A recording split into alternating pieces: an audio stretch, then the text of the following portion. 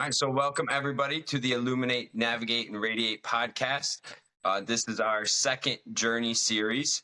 We're having Dave Rindone, Dome, join. I think I messed it up again, man. I'm sorry, Dave. I was trying to get him to tell me how to say it before we got started here. But yeah, we have Dave joining us today to share his story of recovery, and kind of what got him into it, how it was for him while he was in it, and then what recovery brought him as he went through that path. So how you doing today, Dave? I'm doing. Thanks for having me. This is great. Glad to be part of it. Yeah, no, I'm really excited. Me and Dave connected just off of Reddit. So the last little interview I did was somebody that I knew the last couple of years, and so this is awesome. It's me and Dave's first time talking as well. My first time hearing his story, so I'm excited to hear that and experience it. So how did kind of start off for you, Dave? Where just, I guess, introduce yourself a little bit more. Where you're from, what do you do, and then kind of start going into your story. Well, it's funny. I during another podcast a few years back, I was introduced as the classic New England grandfather, and I know we've kind of talked about wrestling a bit, but I was like, well, if that's my gimmick, I'm going to stick with it because I was the new grandfather. She was only a few months old now. She's 6, and I have another one that was just born over the summer. And I take that role very seriously. I try my hardest, and I am from New England. I live in a town called Stoneham, Massachusetts, which is about 10 miles north of Boston. I'm currently in Burlington, Massachusetts, which is about 10 miles further up, doing my side gig. But yeah, I mean, people have described me, during job interviews and such, they'll say, what do you like? And I'm like, well, I'm the missing Walton son, or Holden Caulfield, just older.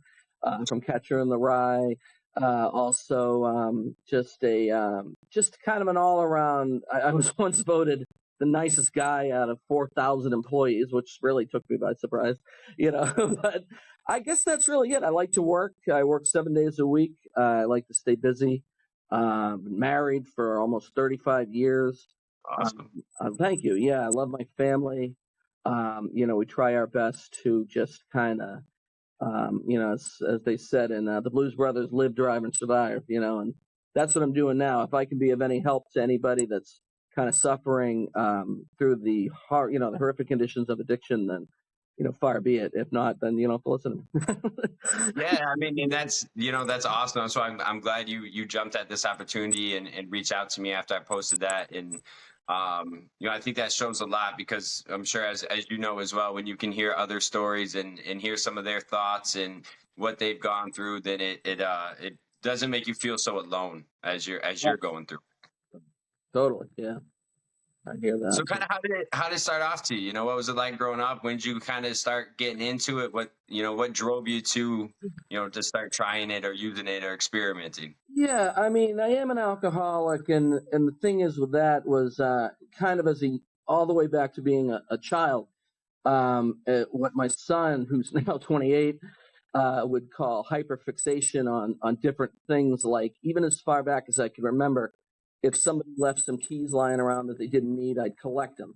If somebody left old credit cards, I'd collect them. If somebody was selling movie posters, my whole wall would be covered in movie posters. The Houston Astros is another example. I mean, I'm just, for some reason, I couldn't name 5 players in the Astros, but I still love them. It's insane. And I just get into something, and if I like it, it stays.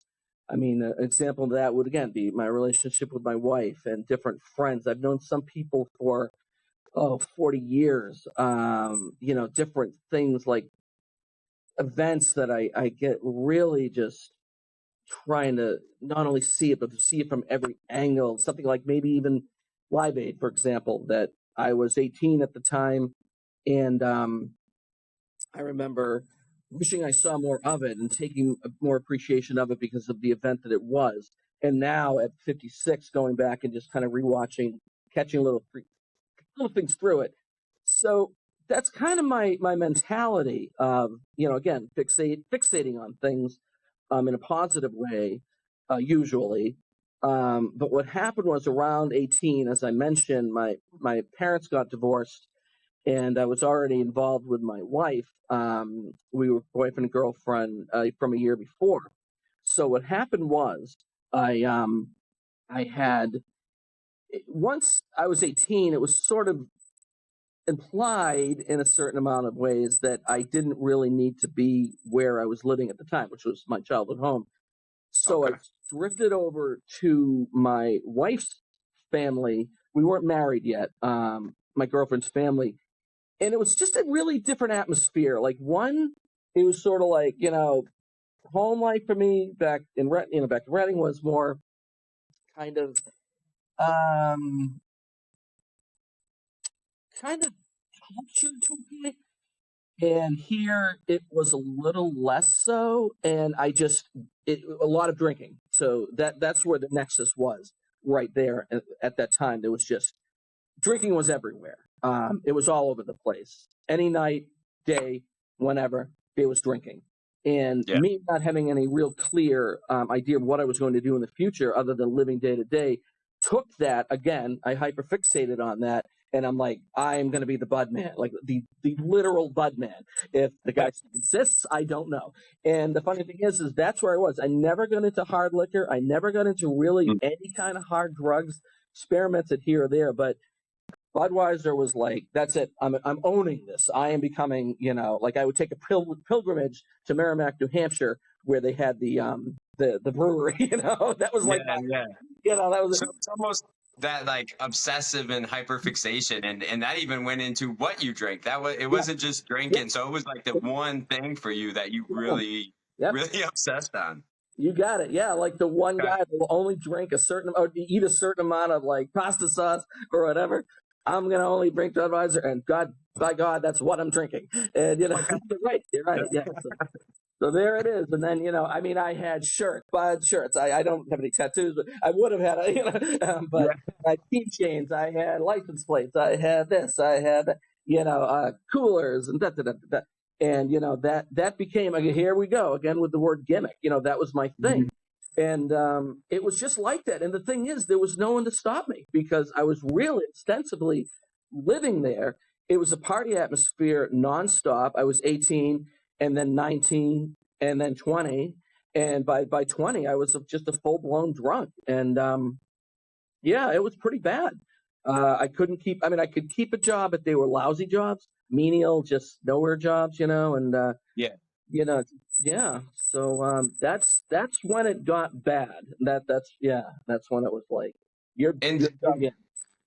Yeah, and you had mentioned you were with your wife around that time too. So were you guys high school sweethearts or meet in high school? No, thank you though. We technically, I was from Reading and she was from Wakefield. We met at a store called Caldor. You can ask old people about that store. And we were dating, and then she was living there, and then we were already dating, and she was involved with it. I don't think nearly to the capacity that I was. But she, God love her, she stuck with me. Did that affect your relationship early on, like when you really got obsessive about that and started drinking more and more? Not really. Later on, what did, I can tell you what did happen just in a bit. But the point where, like, the breaking point of everything, really. But, it's funny that, and I'm not bragging in any capacity, or like I never DUI'd, never there was never like domestic violence or anything like that. But it was just like, as much as I'm drinking this like lemonade, there's a beer here. When this is done, but you can't see, there's a cooler over there, and there isn't really, but you get me. There's a cooler over there. There's one in my car, and I had 6 in my thing. But that's what it say. It was never enough. It was never enough. You know what I mean? Yeah. So how did that kind of progress? And you said you felt like you were full blown alcoholic at 20. So how did that keep moving for you?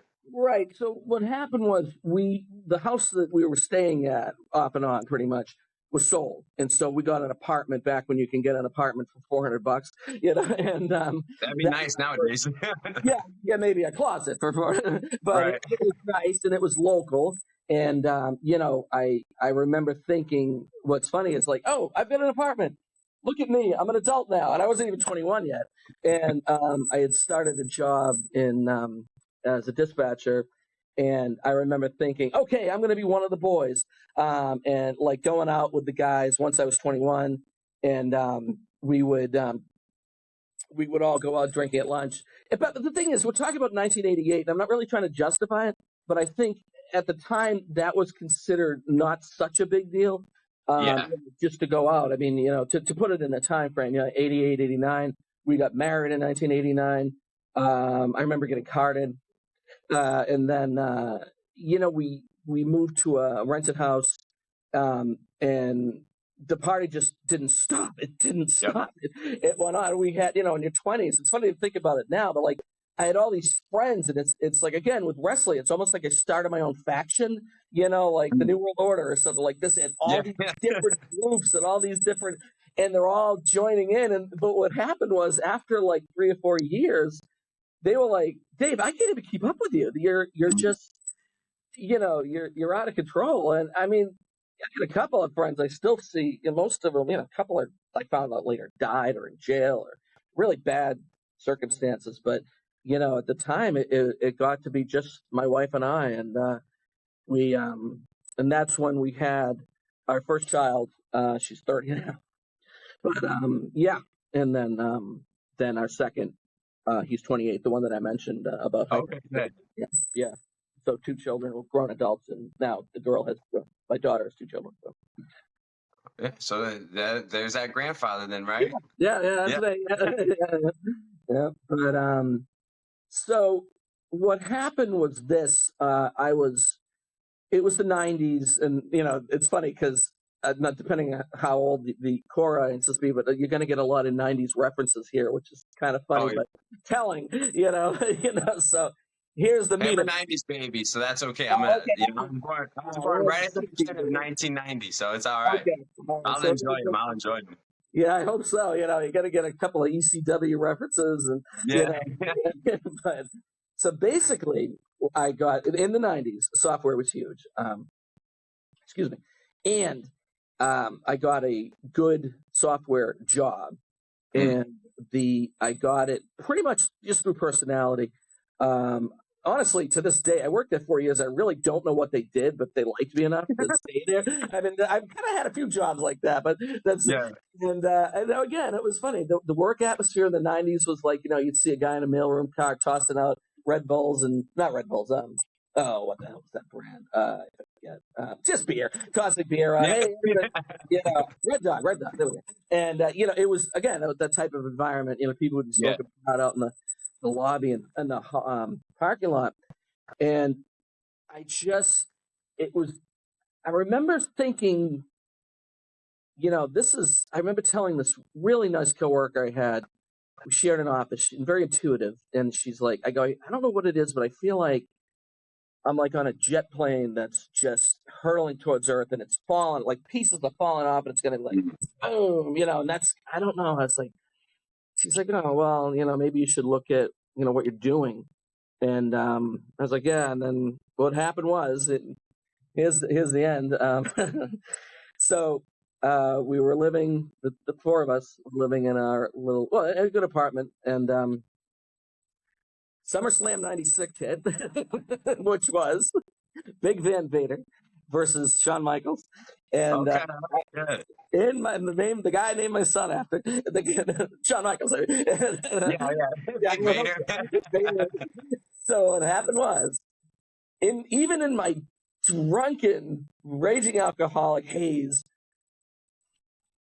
I said there is no way ever that Big Van Vader is going to lose to Shawn Michaels. This man is a walking mountain that could kill him. Mm-hmm. And I remember this from his WCW days. Now, the WWF days were just different. He was not at all.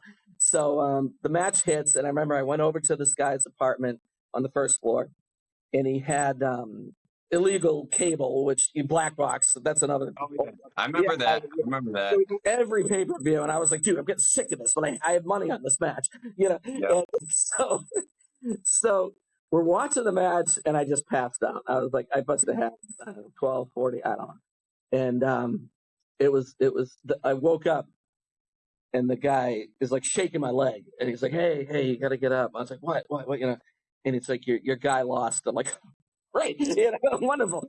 So I remember I had a half empty, can, and I'm walking home, staggering home to my first floor, I think it was, and the guy, there was this guy who he was in the laundry room, and he worked as a mechanic locally at one of those Michelin places, and he was just covered in grease and hot. It was August, and he looked exhausted. And I'm walking past, and I took my can, and I threw it to hit the can, the trash can, missed by a good 8 feet.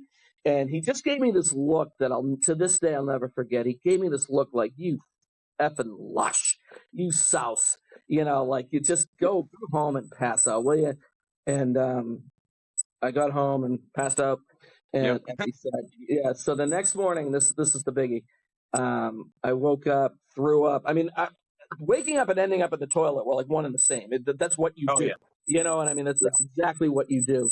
And and I got out, and I remember, I think we didn't have cell phones at the time, but I called my wife, and I'm like, oh, I can't go in. And she's like, Dave, this is when she was starting to get like, all right, you're losing it. Like, you're crashing, dude. And she's like, Dave, you've got a great job. You've got 2 kids. Just call them late, will you? And I was like, all right. And I went to bed, and I had this dream. And I mean, you talk about spirituality, you talk about like voices, and you talk about different things, whatever it is, whatever this was, it was like a movie of me like crashing a car, and just a lot of 90s explosions, just a lot of and the voice said, Dave, you're kind of ruining whatever you've got. You're destroying your family. You're not responsible for anything. You're a walking disaster, basically. You've got to get yourself better. And I remember saying, I will. And the last thing this voice said, whether, I don't know who it was, what it was, I'll leave that open to interpretations, because I don't want to force anybody anything. But, I remember saying, the voice said finally, because I don't give second chances. And I woke up, and I'm like, shit, what just happened? Like, what, and I'm like, I'm covered in sweat. And like, I'm like trying to, grasp what just happened to me. Like, what was that? Like, was it a dream? Was it more than a dream? Was it? And I'm like, the funniest thing about that minute, though, that as they say, a moment of clarity, I felt better. I felt like I can do this. And I was like, okay, all right, what do I do? What's free? AA. Okay, fine. So I drove to my office, and the weirdest thing was, on my desk was a Yellow Pages. If for people who know what a Yellow Pages is, I can't hold it anymore. Yeah. And I'm like, flip it through. Go through it. It's a yellow white page, so I at the A section of, and it was so funny. I called, and they're like, Alcoholics Anonymous, and I'm like, hi. I'm like, how do we go ahead with this? I'm like, I try to think. I'm like, what? I'm like, I have Dave. I'm like, yeah. Do you have any meetings in the town? It's called Billerica at the time. Billerica, Massachusetts. And he's like, and he had Wednesday night, 7:00. Are you all right? Then I'm like, yeah. And I'm like, yeah, I'm all right. I'm okay. I'm all right. I mean, and then the funniest thing beyond that was that, so here's Monday, here's Wednesday. I've got this appointment all set up, or meeting. And the funniest thing was, my wife called me later on, and she's like, oh, hey, I got to go to Market Basket. That's a local store, and there's a liquor store next to it. And she's like, do you need anything? Almost asking, knowing that, why did you even ask? Because he's going to say, yeah, give me a case. But I was like, can you get me some Barks root beer, please? And she's like, wait, what? What'd you say? Barks root beer? I'm like, yeah, Barks root beer. Can you get me a She's like, why? I'm like, because I'll explain later. So we get home, and we're sitting there eating pizza, drinking Barks root beer, and she's looking at me like, like, what happened? And I was like, I go, no, I've got to do this. I've got to. And God love her. I mean, again, we've known each other almost 40 years. She just looked at me and goes, you know what? I'll do it with you. Because she drank, not like me, but she drank, and I'm like, she goes, it wouldn't be fair to me to, for you to go through this alone. Yeah. And then I was like, I've got a meeting on Wednesday. And she's like, I'm not really into that, but you can go, go and see what you do. And I was like, all right. And the funniest thing about that was for the next 48 hours, we had these garden style apartments, right? And like, we're talking thousands of people. I couldn't get one person to go with me. I'm in a panic mode. I'm like, I've got it. I was like, anybody, even if I remotely knew you, I was like, hey, you want to go to anybody, the mailman, anybody.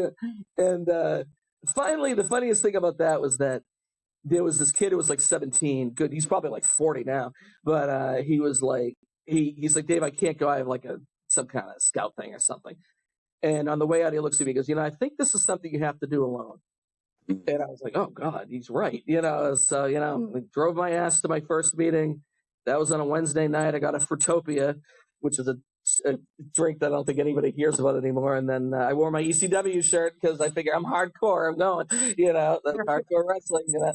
And I'm like, all right. And just sitting in the parking lot, which was a good maybe a good football field away from the actual church. And dude, this voice in my head was like, get out. You've done fine. You do not need this. You don't need these people. They're a bunch of lushes. Everyone's going to be scumbags. They're going to be off. Just get back in your car. There's a liquor store right there. You've got $40 that you haven't been spending on booze. Let's go have fun. All right. And I'm like, oh God, shit. And I'm telling you, like opening that car door, and I'm like, it was like, get out. And finally, oh my God. And finally I looked up and I was, shut the fuck up. Like that. I don't know if I can swear, but just like that. Man. Just like that. And then honestly, it was the funniest thing. I walked over and here's this meeting. It's a beautiful church in the, oh God, late summer. And the first two people I saw was, believe it or not, two people that I kind of knew. And like, oh, Dave, you'd end up here someday, Yeah. Okay, and now this is this guy, this is this guy, like, all right. And they're like, yeah, the meeting went on, and I they do the 9 months, and I'm like, that's insane, because that's a full-term pregnancy. Like, there's no way a human being can ever do 9 months. Get away from me, you're lying. I mean, 6 months, and they get down to the 24-hour chip, and I'm just sitting there so transfixed. I'm like, wow. And this guy goes, hey, that's you, brother. I'm like, oh, right. So I go up and I get my 24-hour chip, and I'm like, yeah. So, and that was really the beginning. I mean, here we are, over 10,000 days later, years, 27 years, and so many people and so many things. But that's really the start. That's how it all started. Yeah, never look back. In that first couple of days, like you said, you had to get from that Monday, right, to that Wednesday. How was that emotionally? Like, kind of not drinking and maybe dealing with some things or thinking about some things that you didn't have to before. Like, kind of how was that experience? The thing is, and that's an interesting way to look at it, because honestly, the die had been set. It's almost like if you blew out a car tire, there's no putting it back together. Like, that's how I start. Like, you made this decision, you're going to stick to it. And that's how I saw it. I think I was telling, actually, you know what? I'll tell you, this was neat. The 2 or 3 people at work that I did tell back then, I think they might have walked around with like, hey, you want some wine or this? And I'm like, oh, I stopped drinking. And they were like, I didn't know you had a drinking problem, which to me was terrifying. That was scary, because if you didn't know, then I was hiding it really well, but yeah. Yeah. Well, I understand that. Yeah. Like, you're good at, like, looking at you. Oh shit, you still with it? Yeah. Oh, sorry. Like, looking at you, I would never have known you'd have a problem. I mean, just looking at you, I don't know you, but yeah. I mean, and I get that sometimes too. People don't always. I tell them I would use heroin and I was a drug addict. They're like, oh, really? Yeah. Come in all different shapes, sizes, looks. Yeah. All that type of stuff. Yeah, now I do. Yeah, but that's good. Yeah. So what was those early times in recovery like? What was funny about that is you're talking about hyperfixation, which was, I'll give you an example. Was I worked next to where my day job was, like right next to a mall, which had a beautiful food court, still does, the Burlington Mall. And at the time, they had this grill. I think it was called Flamer's Grill out of New Orleans or something like that, which is just really a hamburger place out of, any food court in USA. And I remember the funniest thing was walking over at night, and I think I had to wait for a ride or something. I forget why, but I had to go over at night. And I'm talking to this guy, and I'm placing my order, and I'm going nuts. You get real hungry, too. I noticed that. But he goes, "What would you like to drink?" And I'm like, "Well, what do you got?" And he points to the sodas. I'm like, "Oh God, cherry Coke!" Like, it was this this thing was like this big. I was like, "This is the greatest meal I've ever had." So it was like that, and I think that was the Monday night. The Tuesday night was, I think, I remember being outside a lot, like trying to. There was something about not being kind of kept in, and I was trying to, but yeah, the early days were fine. I think I was so just wrapped, like, again, fixated, like this became my new thing. Like this is, and I wasn't, and to this day, I say this to everybody that meets me and finds out, because there's plenty of people, short-term, long-term sobrieties, that I'm not one of these big book thump guys. Oh, you got to do this, you got to do this, it's just something that I decided to do, and that's the way I did it. So, and that's, I think that guidance sort of was like, you're doing this now, so you don't have to worry about that now. So, yeah, no, I love that you said that too, because I think there's a lot of different ways that people recover and get better, right? And that's really what it's about is finding that better way to live as you go, and maybe yeah, we all do it in different ways. There's some similarities. There's some different things, NAAA, those type of things. And as long as you're doing better and getting better, I mean, that's really what matters in the end. Right. It's all the same path, baby. Yeah. So, like, did people notice changes in you? Because you said you had people that you've known now for 40 years. Did some people that knew you as that drinking Budweiser Dave? Was there did much change? Did they see a difference in you? What was kind of like that transition for some people around you? Most of my friends at that point were gone. And it's funny that the few that called me the biggest drunk they've ever met were still drinking and didn't care about drinking around me, which doesn't bother me, but it kind of gives you an idea of like, well, what was the point of you even showing me this thing if you weren't going to want me to do anything about it? You know what I mean? Yeah. So, but my family is amazing. They were very supportive. Even my mother, who's now 87 and living in a home. I remember early on, I went out and I needed clothes because you find when you stop drinking, you have a lot of money suddenly. And, so I went out to a store and I went out with her. I took her out to dinner and we, we're just picking out some random clothes and I was like, oh, I got to go to the pharmacy. And we're walking past and she must have been about probably my age now. And we were walking and there's a liquor store from the clothes store to the pharmacy. And I remember she kind of grabbed my arm, like not in a mean way, but she's sort of like the way an old woman would grab your arm. And she's like, you just keep walking. You don't even look in there. And I'm like, oh my God, thank you. I wasn't thinking of it anyways, but I mean, for her to notice that, I mean, it meant such a big deal. And that, like the few people I remember, even the girl that I told you about, the girl that I told you about who I was telling you about the jet analogy. That she said she ended up calling me after I had like maybe a year in, and she's like, well, I'm doing a thing for my social work class. Would you mind doing an interview? And I was like, oh God, yeah, let's do it. So she knew, and it was just nice to be, it's like, you don't want it to be everything that you are, but you want it to be known that's what you are. So I think that's for most people, I would say. I can't answer for many, many people, but, depending on how you look at it, I think the longer you get, it's just like, oh yeah, Dave doesn't drink or, but yeah you get me? Oh yeah. I mean, that's how I was when I, cause it's kind of funny because I relate a lot with the hyperfixation or obsessiveness growing up. I was the same way. I'd get into something and would just be totally obsessed with it and get everything with it and do all that. I heard you say, yeah. And then in recovery, I kind of approached it that same way. That first day was really hard. And it's so funny that you said that, because when I sat in my first meeting, my first night in rehab, somebody got a 2-year key tag at an NA meeting, and I was just like, "There's no way, Right. there's no That's way in hell impossible. I'm gonna But get yeah, out of here. Yeah, I'm gonna get out of here. I'm gonna go back to it. Like right. I'll be fine and good." Yep. But then after a couple of days, like that became everything I did. You know, it was meetings, it was book work, it Right. was, you know, I did all that really early on, and just about every day for probably the first 2 years Right. before like I started getting more in my life, and so it took a little more time away and changed like different things in my recovery. Um, Right. but yeah, I can totally relate to that. Have you had any like big challenging moments in recovery, like any time where like maybe it wasn't the drinking, but maybe it was like the habits or behaviors or thoughts that would come back or creep back up at different times?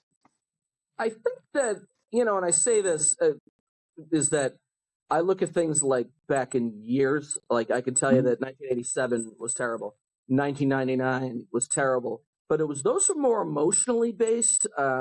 We were just dealing with back with my mother in a sense that just Yeah. dealing with a lot of things that she was doing that we really didn't agree with. And I think that was really I never really thought of drinking over it.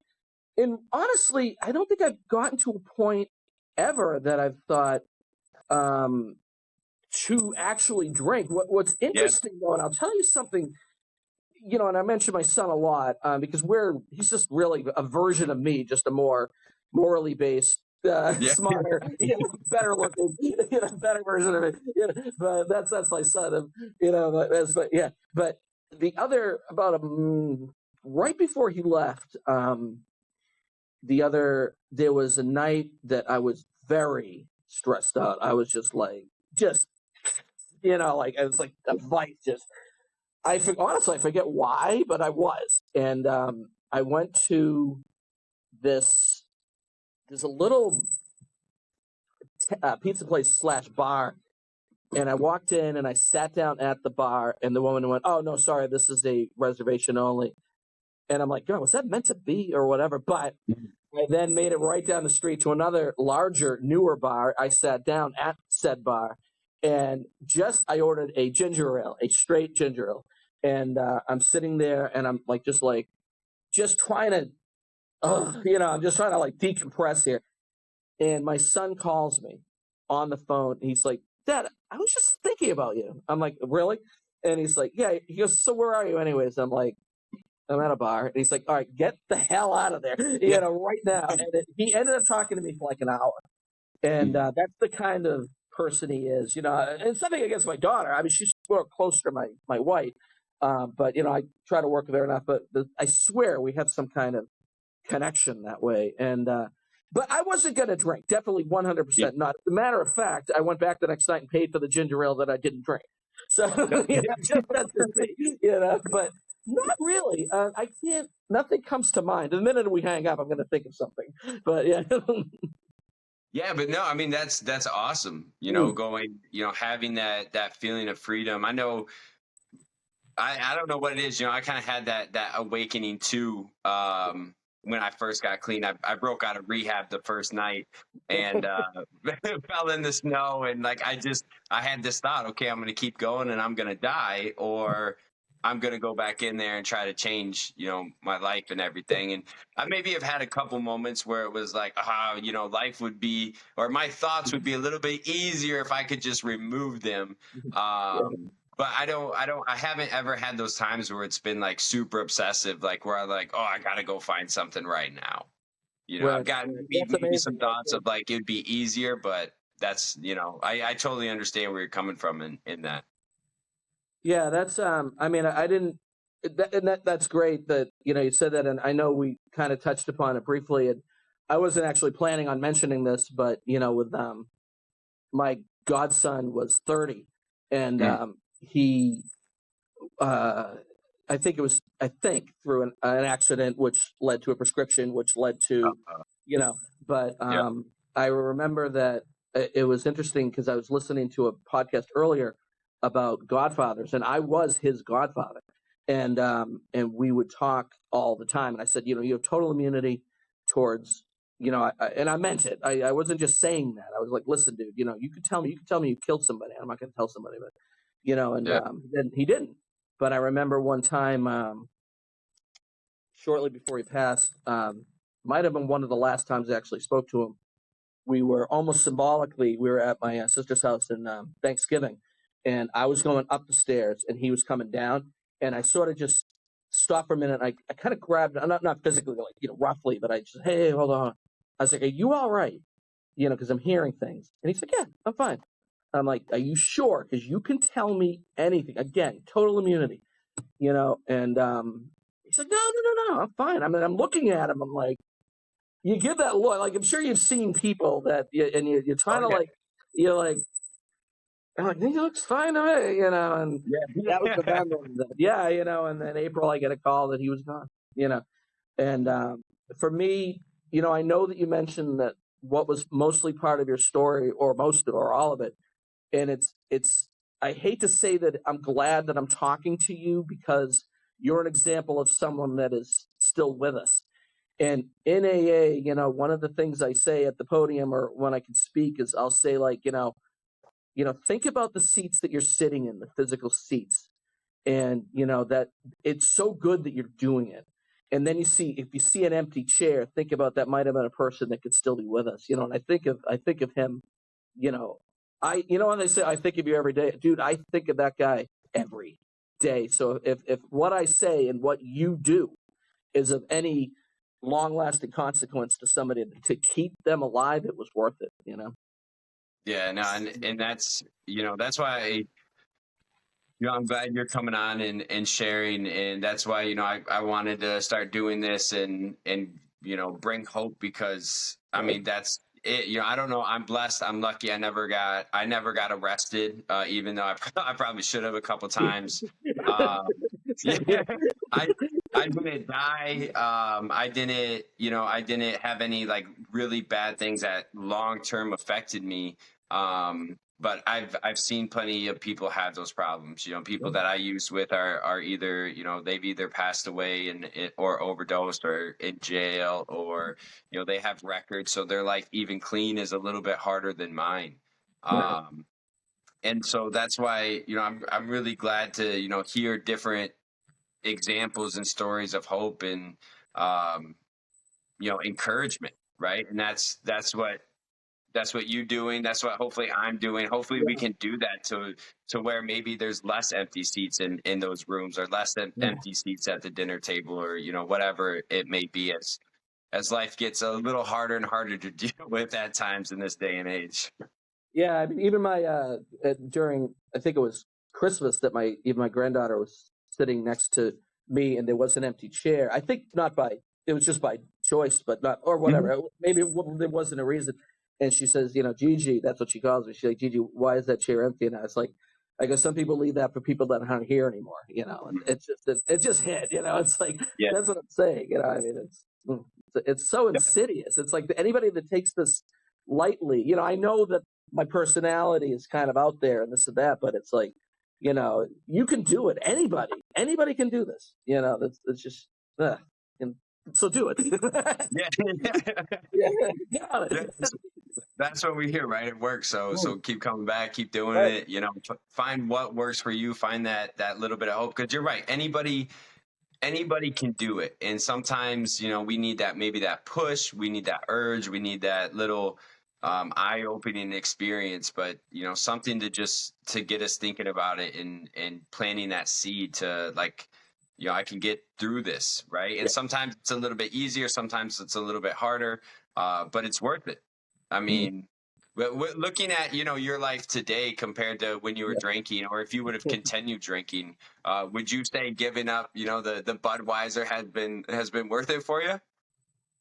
Yeah, I mean, especially now that it's funny that I remember I had my son, when, a couple of years ago, he asked me to pick something up at a liquor store, and I had to go get something for a gift anyways.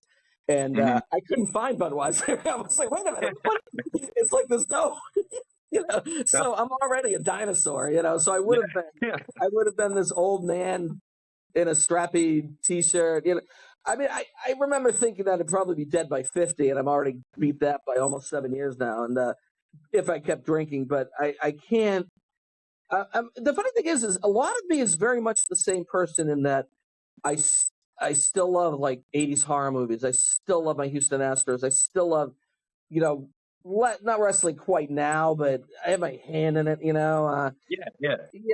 old albums, old tech. But yeah, I don't miss the old me. I don't at all.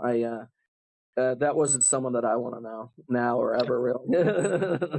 Oh yeah. I mean, I completely understand that, and relate to a lot of what you said, and that's why I love, hearing stories and other people's experience, because even though our journeys are definitely way different, I see so many and hear so many similarities. Like, oh yeah, yep, I get that, I get that, and yeah, that's the power of sharing and getting those out there. So, I really appreciate you coming on and sharing, your experience with us today. Anything you want to end with, put out there, any lasting thought or message, or?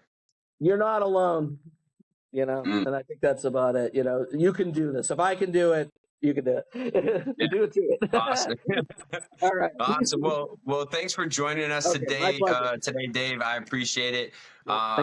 Thank you everybody for listening. So we'll see you next time on Illuminate, Navigate, and Radiate.